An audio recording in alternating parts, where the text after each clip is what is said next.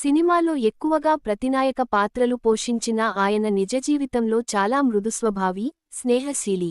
కష్టాలలో ఉన్న నటీనటులకు ఆర్థికంగా సహాయం చేసేవారు. ఆయన చనిపోయాక సినీ పరిశ్రమ నుంచి కేవలం అల్లు రామలింగయ్య మాత్రమే వచ్చారు. అందుకే సినిమా రంగం రంగుల ప్రపంచం అంటారు. కాని ఆయన కొన్ని వేల మంది ప్రజలు వచ్చి ఆయన వారికి చేసిన సహాయం గురించి గోపాలరావు కుటుంబానికి చెపుతుంటే వారు ఆశ్చర్యపోయారు.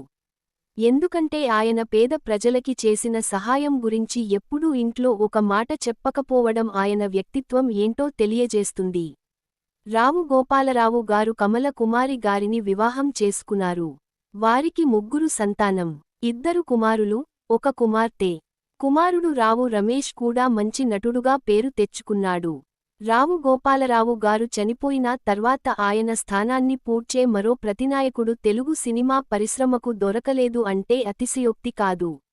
ముఖ్యంగా ముత్యాల ముగ్గు, కలియుగ రావణాసురుడు, మా ఊరి పెద్దనుషులు, మా ఊరిలో మహాశివుడు, త్రిశూలం లాంటి చిత్రాలు ఆయన నటనకి ప్రతిరూపాలు.